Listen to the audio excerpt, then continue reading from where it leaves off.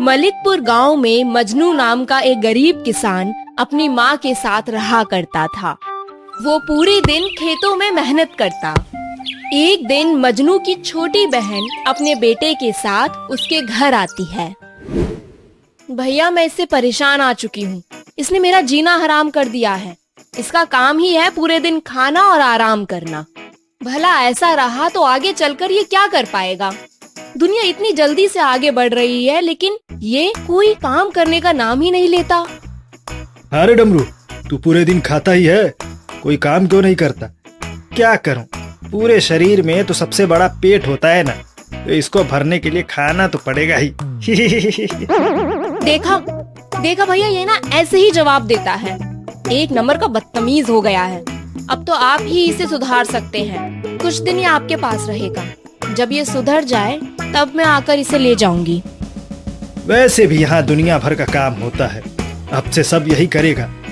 मजनू की बहन माला डमरू को छोड़ अपने घर चली जाती है। दूसरी तरफ मजनू भी खेत पर काम करने चला जाता है। कुछ देर बाद जब वो वापस घर पर दोपहर का खाना खाने आता है, तब माँ जरा जल्दी से खाना दे दो, आज खेत पर बहुत काम है। अभी लाई बेटा। मजनू की माँ खाना लाने चूल्हे के पास जाती हैं, तो देखती हैं कि सारे बर्तन बिखरे हुए हैं और खाली पड़े हैं। वो गुस्से में आवाज लगाते हुए मजनू को बुलाती है। मजनू बेटा, यहाँ देख क्या हुआ। क्या हुआ? अरे ये सब क्या है? सारे बर्तन खाली हैं, खाना कहाँ गया? अब मैं खाऊंगा क्या? कहाँ जाएगा खाना? इसी डमरू ने खा लिया होगा। चैन की नींद सो रहा है बगल वाले कमरे में।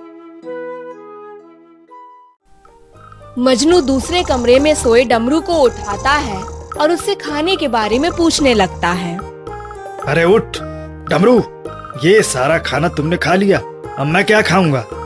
सुबह से भूख लगी थी तो क्या करता, मुझे जो दिखा मैंने खा लिया। अब मुझे नींद आ रही है, चैन से सोने दो। हे भगवान, कितना झूठा है ये। सुबह से 2 बार खा चुका है, फिर भी इसको भूख लगी थी। ऐसा लगता है मानो 7 जन्म का भूखा हो। अच्छा माँ, कोई बात नहीं, मैं अब सीधे रात का ही खाना खाऊंगा। मुझे बहुत काम है, मैं खेत पर जा रहा हूँ। मजनू खेत पर चला जाता है। अच्छा सुन, बाजार से जाकर कुछ हरी सब्जियाँ ले आ। आज रात मैं कुछ अच्छा खाना बनाऊंगी। हरी सब्जियाँ, वाह, मेरे मुंह में तो पानी आ गया। आहा, जल्दी से पैसे दीजिए, मैं भागकर जाता हूँ। ये ले पैसे, और देरी मत करना, जल्दी आना। जितनी जल्दी खाना बनेगा उतनी जल्दी मेरा बेटा खाना खा लेगा। सुबह से ही भूखा है। जा, अब जल्दी जा। डमरू पैसे लेकर बाजार में सब्जी खरीदने निकल पड़ता है। सब्जी की दुकान के पास ही उसे एक समोसे वाला स्वादिष्ट समोसे बनाते हुए दिखता है, जिसे देख डमरू अपने आप को रोक नहीं पाता। अरे चाचा, ये समोसे कितने के हैं? आहा, समोसे एक बार जो खाए वो बार बार आए, कभी इसका स्वाद भूल न पाए। 10 रुपए के बेटा, मात्र 10 रुपए के। कितने दूं? बहुत ही स्वादिष्ट हैं। पूरे बाजार में इस छोटू समोसे वाले का बोलबाला है। कितने दूं, जल्दी बता। अरे जब से आया हूँ बोले ही जा रहे हो। मुझे बोलने का मौका दोगे तभी तो बताऊंगा। दे दो।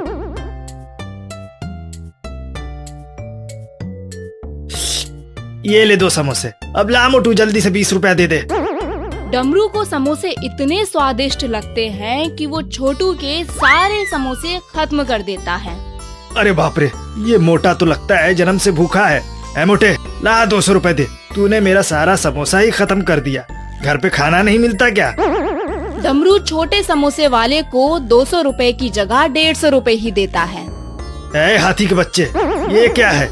समोसे खाए 200 के और दे रहा है सिर्फ 150 रुपया। 50 रुपए कौन देगा? मेरा मामू, मेरे पास इतने ही है, बाकी बचे 50 रुपए की सब्जी भी लेनी है। तुम मेरे घर आकर बचे पैसे ले लेना। तेरा मामू है कौन? मजनू। बचे 50 रुपए से डमरू कुछ हरी सब्जियां खरीद ले आता है। कम सब्जी देखते ही मजनू की माँ गुस्सा हो जाती है। ये क्या है, 200 रुपए की सिर्फ इतनी सब्जी? अब तक तो टमाटर के दाम ही आसमान छू रहे थे, अब ये हरी सब्जियां भी इतनी जल्दी महंगी हो गईं। नहीं, सब्जी तो मैं 50 रुपए की लाया हूँ और 200 रुपए के मैंने समोसे खा लिए। आहा, बड़े ही स्वादिष्ट समोसे थे। मैंने तो सोचा कि आपके लिए भी ले आऊं, लेकिन दुकान वाले के पास सिर्फ 20 समोसे थे जो कि मैंने खा लिए। इसी बीच छोटू अपने समोसे का बचा पैसा लेने आ जाता है। डमरू और माँ घर के बाहर आते हैं। तब तक मजनू भी खेत से काम कर वापस आ जाता है। क्या हुआ छोटू भाई? अरे ये तुम्हारे भांजे ने मेरे दुकान से 20 समोसे खाए थे, जिसके 200 रुपए हुए।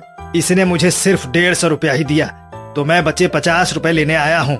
लाओ जल्दी पैसे दे दो, मुझे कल के लिए समोसे भी तैयार करने हैं। 50 रुपए तो मेरे आधे दिन की कमाई है। इतने समोसे कैसे खा गया ये? मेरी बहन ने भी किस बला को मेरे सिर बांध दिया। मजनू छोटू को पैसे दे देता है, जिसके बाद छोटू वहाँ से चला जाता है। अब मजनू डमरू के खाने की आदत को खत्म करने के बारे में सोचने लगता है। इसे किसी भी तरीके से सुधारना ही होगा, नहीं तो ये पूरा घर ही चट कर जाएगा। 7 जन्म का भूखा पता नहीं कहाँ से मेरे पल्ले पड़ गया।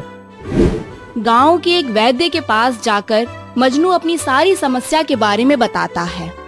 आपके पास तो हर बीमारी का इलाज है, तो जरा मेरे भांजे का भी कोई इलाज कर दीजिए।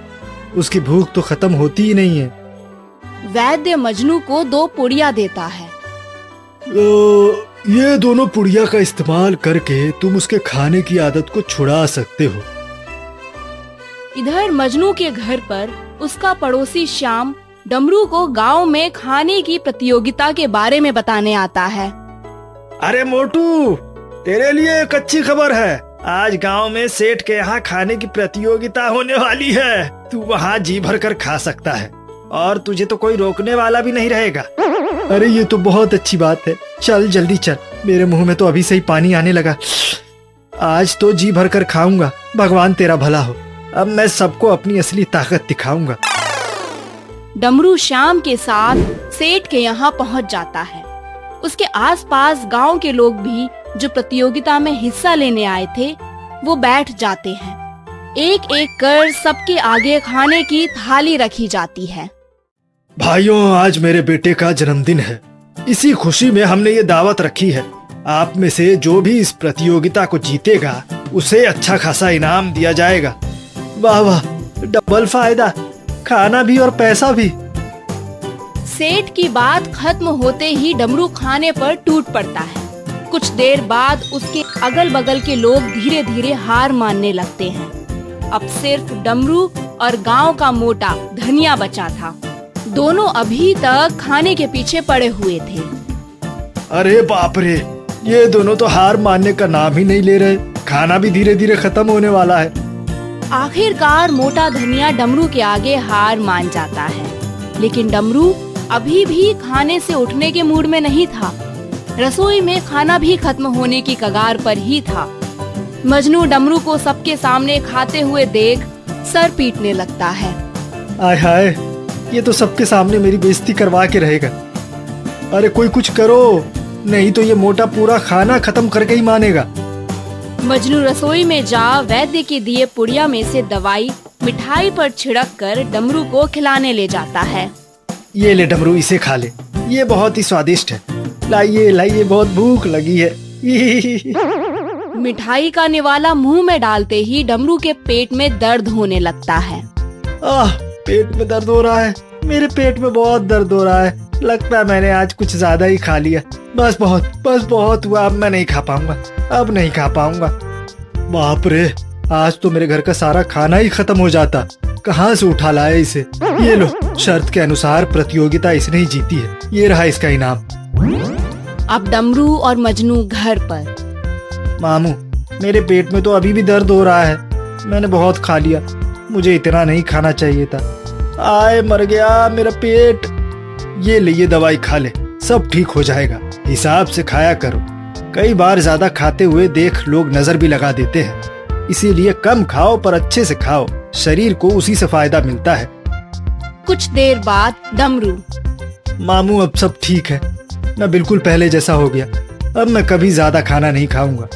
ये तो बहुत अच्छी बात है। तुम सुधर गए। उससे अच्छा क्या हो सकता है। अगले दिन डमरू की माँ उसे अपने घर ले जाने के लिए आती है। भैया, आपने तो कमाल ही कर दिया।